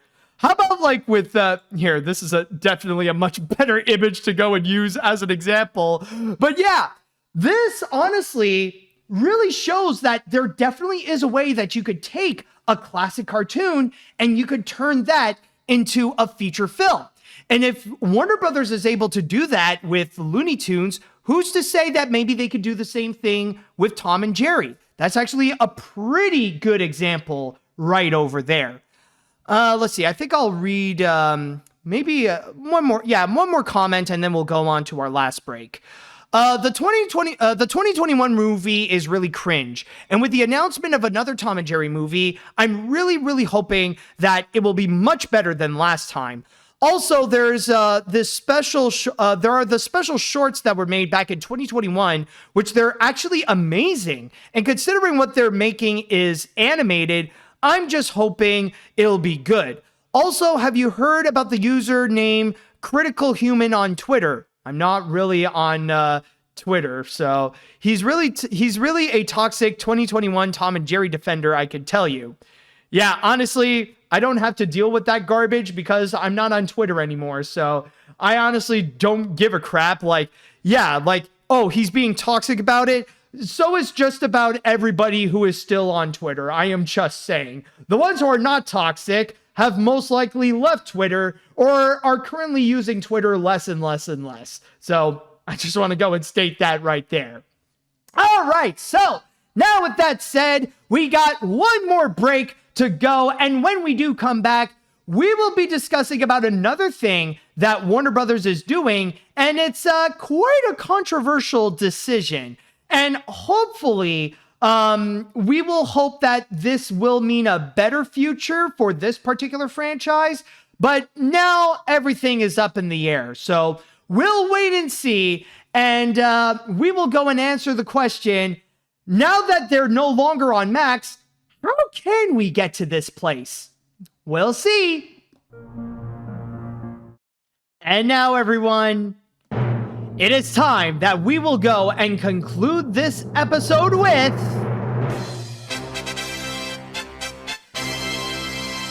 the grand finale. And for this grand finale, originally I was thinking that, maybe we could go and end this episode off on a lighter note. Maybe we could go and have a bit of a discussion in regards to the announcement that Pokemon is going to be teaming up with Aardman on a special project for 2027. But then again, there wasn't really a whole lot to really go and discuss other than the fact that, Pokemon and Aardman are going to be teaming up, which is cool, and I'm definitely excited to see what they have in store, but doesn't have a lot of materials for me to go and discuss on this episode. But a friend of mine did remind me about this story in particular, and I feel like, I think this is a lot more important to go and discuss, especially when there have been a lot of talks going around on social media, especially when its future right now seems pretty questionable. And what I'm talking about, of course, is in regards to Sesame Street.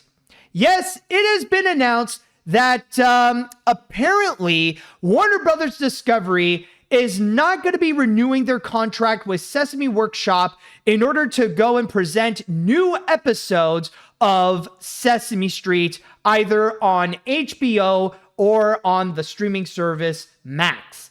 However, they did state that they are going to be maintaining and extending the contract a little bit to go and present the classic episodes of the streaming service all the way up to the end of 2027. In fact, just to go and give you a little bit of details here, reading from my source on The Hollywood Reporter. Now, the reason as to why they are no longer going to be presenting the new episodes of Sesame Street, it is stated right over here. Don't go too quick on me, computer. The decision to not continue the deal for new episodes stemmed from a change in strategy, with Max pivoting to focus more on adult and family programming and is placing less emphasis on kids' fare like Sesame Street. It has been a wonderful creative experience working with everyone at Sesame Street on the iconic children's series, and we are thrilled to be able to keep some of the library series on Max in the US, a spokesperson for Max tells The Hollywood Reporter. And we've launched Max as we've launched Max though, and based on consumer usage and feedback, we had to prioritize our focus on stories for adults and families. And so new episodes from Sesame Street at this time are not as core to our strategy.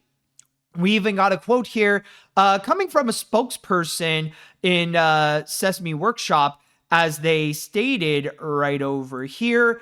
We are excited to extend our 10-year partnership with Warner Brothers Discovery, keeping Sesame Street's iconic library available on Max through 2027.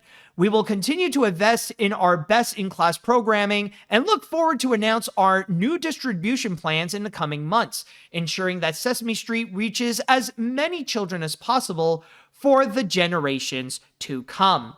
Now, it is also worth noting that when it comes to Sesame Street itself, they are also planning to go and completely change up the series in itself. Now, this is not necessarily because of this announcement right over here, but it's already been revealed in the works that Sesame Street is planning to go and completely change its format. So it actually stated, where was it? I might have gone a little too far, but yes, right over here.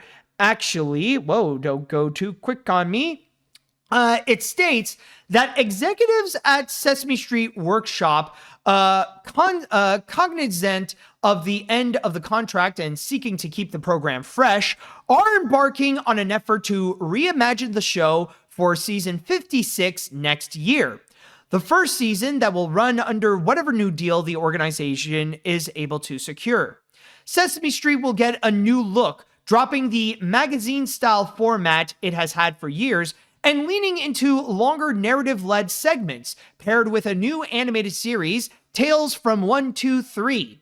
The changes will be the most significant since 2016, when the show went from 1 hour to 30 minutes. So, essentially, what they're doing is that they're going to go a little bit more linear than what they have previously done, which is a bit more of a variety where they would show different sketches that have a bit of a connection to the main theme of what the episode would be. So in that regards, now they're just going to be setting their sights on just telling bigger stories that will be taking over the entire episode, along with having their animated series Tales from 123 be a part of all their future plans.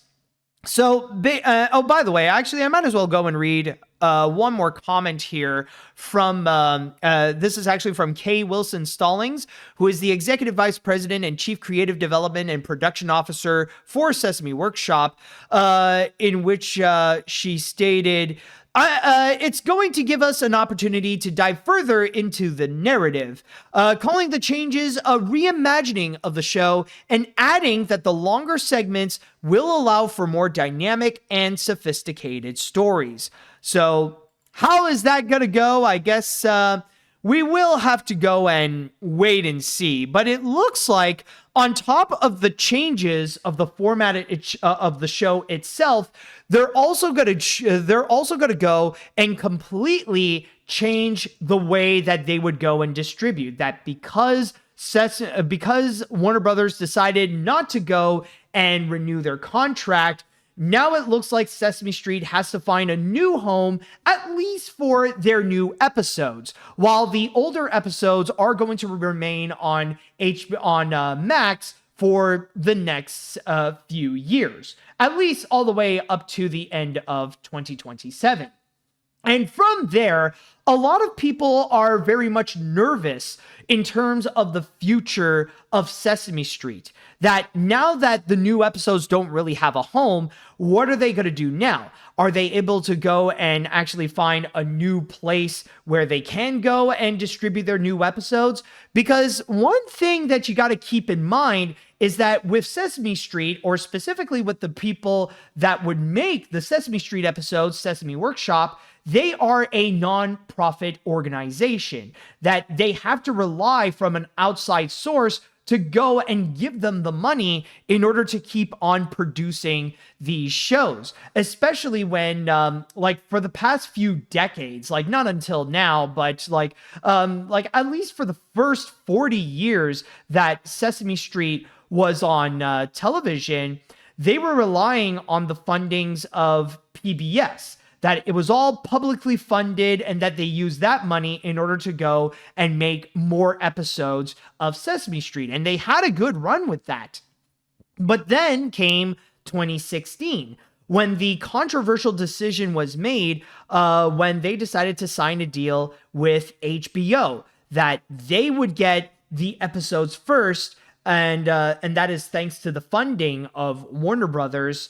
And then a few months down the line, they would go and actually release them onto PBS. And the reason why that was considered to be very controversial was because of the fact that now apparently HBO just paywalled Sesame Street, that you would have to go and actually subscribe to them first, and then you would be getting the new episodes of Sesame Street, which does feel morally wrong, considering that you're doing that with what is possibly the most beloved PBS show, or one of the most beloved children's shows in history.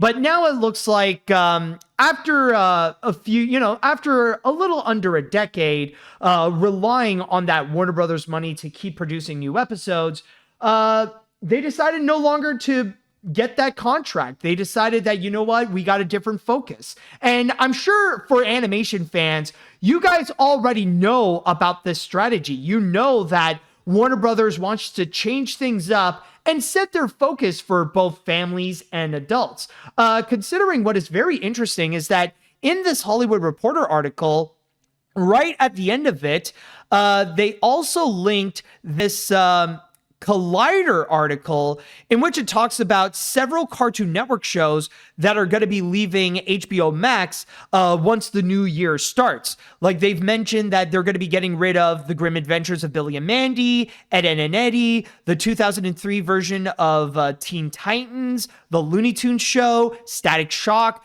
and the 2011 version of the Green Lantern. And this is on top of the many other shows that were already removed from Max. So yeah, that, like, honestly, in that regards, it shouldn't be that much of a surprise that they decided that, well, they don't need any of those Cartoon Network shows.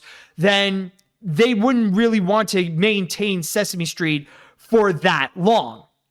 And yeah, I could already see in the chat that people are already upset once again at David Zaslav. Honestly, there's just yeah, I know, like, this is a bad thing, but there's something honestly a little bit funny about this episode where we started off with a story that made people angry at David Zaslav, and now we're ending it with a story that people got angry at David Zaslav. But one thing that I will say right now, and maybe this is just from my own naivete or from my own sense of optimism, but I'm going to be real. I'm not too worried about Sesame Street's future. Sure, they no longer have a distributor with either HBO or Max for their new episodes. But you got to keep in mind, this is godforsaken Sesame Street. We're talking about one of the most iconic children's shows on television. Who the fridge would not want to have Sesame Street as part of their streaming service? Because I can tell you right now, there are probably many other streaming services that are keeping an eye on Sesame Street and want to have that deal. I mean, imagine the marketing opportunity that they could say that, come check out our streaming service. We're now the new home of the new episodes of Sesame Street. That would be quite a big win for that, especially if they are aiming to go and attract families and families of young kids for them to go and subscribe to their subscription service. I'm sure, like, there's even, like, there's this there's this one little paragraph that they even mentioned that, like, right over here, where it even says that streaming services like Netflix, Apple TV Plus, or Prime Video could be eager to beef up their services with arguably the best known children's show of all time. Whoever is going to be getting Sesame Street, that's going to be like a big win. Not to mention, it's going to be like a massive investment that will really pay off in the long run. Because if you're going to go and get those new episodes for your streaming service, then down the line, when the contract ends for the library of all the older episodes of Sesame Street, then you can go and actually bring them to your streaming service right over there, because you already established a good relationship with Sesame Workshop. Things have been helping out for your own streaming service because you have Sesame Street. So you might as well go and actually get those, which will give you which will give you an even bigger boost for your streaming service. Like, I think it's going to be like a great strategy for whoever would want to go and actually get Sesame Street on their streaming platform, rather it be for Netflix or Amazon Prime or Apple TV Plus, or even, I would even include Disney onto the mix. Now, I will say, Disney would be a bit of a scary option for them to go and actually want to get the rights for Sesame Street. But I can imagine that Disney would be another company that would be very eager to go and get it. I mean, there's already been a history of Disney having an eye on Sesame Street and maybe acquiring their rights. Like, you know that a part of the deal that Jim Henson and Michael Eisner had, like, one of the big reasons why it fell off or it didn't really work out was because of Michael Eisner's eagerness of wanting to also get Sesame Street on top of the other things that Jim Henson was working on, like with the Muppets and all that kind of stuff. So in that regards, yeah, it would be a little bit freaky if Disney would also end up getting those rights of Sesame Street, because then there would be that perpetual fear if Disney in the long run would want to get the overall rights of Sesame Street onto the Walt Disney Company. But then again, I can imagine how it could actually be very beneficial to Disney and how it could be very tempting for Disney to become the ultimate streaming service for kids, because they're already dominating that market right now, because you already got Disney's lineup of movies that in which those are very much self-explanatory right there. But then on top of that, you also got what is currently one of the biggest preschool shows, Bluey. And Bluey is also a big factor that's running the engine of Disney Plus, of how it's making that very successful. So if you're also adding Sesame Street onto the mix, then you're pretty much all set.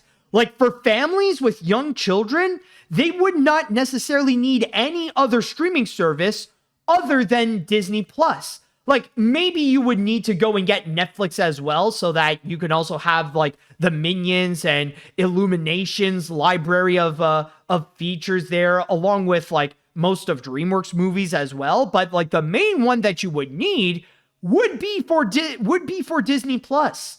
So basically, the big thing that I am saying, that with all of this, as much as people are worried about the future of Sesame Street, where now that they no longer have Warner Brothers fundings, where can they find it next? I'm sure they'll definitely have an easier time, that regardless of who they're going to be teaming up with, rather it be with maybe Apple or Amazon or Netflix or Disney or what have you, there is guaranteed a future home for Sesame Street. And I wouldn't be surprised if maybe in the near future, somewhere in the start of 2025, we're going to hear the announcement that Sesame Street will have a new home for its new episodes on somewhere else, rather it be a streaming service, or who knows, maybe they'll go back to PBS. Maybe they'll go back to that old format, and that those new episodes will be immediately publicly available. That could also be an option, but we will see. But overall, though, I will say it is kind of a shocker to see that Warner Brothers would go and do all this. But then again, it's Warner Brothers, so it's not that surprising that they would make dumb decisions like this. But in terms of Sesame Street themselves, I'm not as worried as some people on the internet are. All right, so with that said, now I would like to go into the chat wall, and I'd like to ask you all, what do you all think about the news related to Sesame Street, and that the new episodes will no longer be on HBO and on Max? How do you feel about the future of Sesame Street? What do you think is going to happen? And where do you think could be the next home of the Sesame Street? Let me know what you all think. All right, so let's see here. This is definitely upsetting, considering how Sesame Street is quite possibly one of the most beloved preschool shows of all time. Seeing the deal with Max end is unfortunate. Granted, it's Warner Brothers Discovery, so stupidity is par for the course. And whatever streaming service gets it, on top of that, if Disney would get it, they would be unstoppable. Considering that they already have Bluey, a preschool show as beloved as Sesame Street, they will really attract families. All right, let's see what else we got. For me, I was hoping that if either Amazon or Apple is going to pick up the rights to the new Sesame Street episodes. I am concerned about the Sesame Street since I grew up with those characters and the show. I mean, we'll have to wait and see. I mean, again, I'm guessing that if we are going to go and actually figure out when this is going to happen, when they are actually going to go and reveal that there is going to be a new home, it'll probably be in early 2025. All right, let's see what we got here. I'm not even surprised anymore due to their everlasting situation. And on the side note, back in the Tom and Jerry segment, you were saying it's 10 to 15 years too late to do so was awesome. Like, I'm not thinking of the workers being tortured by being forced to watch the Willy Wonka film, begging the corporates, please call off the more Tom and Jerry movies. We'll do anything. And the corporate said, too late, 15 years too late. Okay, I was wondering. It was like, just reading that, I was like, where the fridge is this thing going? I was like, oh, okay, it's an Incredibles reference. Now I gotcha. Okay, anyways, let's see what we have here. I haven't seen the Muppets for so long, and I am numb to Zaslav being Zaslav, but makes you wonder, the Muppets have any old archive episodes going way back, including the obscure ones. Does anyone remember Sesame Park, the Canadian version, Once Upon a Time? Oh yeah, like I'm sure they got everything. They got for Sesame Workshop, they got everything archived, even the shows that they have done for other countries as well, including Sesame Park. Let's see what other comments are there. Perfect timing, as a new Sesame Street dropped on PBS Kids today, and I watched it with my Elmo plushie. Oh, that is cute. Also, I think Disney should get Sesame Street to reunite the Muppets, or if Disney gives up the Muppets and Sesame Street doesn't have a home, by then Universal can get both. No. I would not recommend that. Honestly, no. Like, if you're not happy with the way that Disney is handling the Muppets and stuff like that, Universal is not better. Honestly, no, don't think that Universal is somehow a better alternative to whatever Disney is doing, because trust me, it is not. Because the things that Disney is guilty of doing, Universal is also guilty as well. So I just want to go and lay that out right there. Let's see what other comments. All right. This is definitely some shocking news, but honestly, given the current state of Warner Brothers right now, I will agree on your thoughts on the matter, Matt. Disney could be a great new home for Sesame Street, given the good track record Disney has with their preschool programming.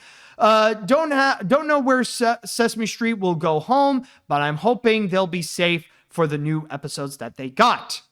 And I think with all that said, that should do it for this episode and for this year with AniMat's Crazy Cartoon Cast. Thank you all so much for joining me throughout this crazy year on this podcast.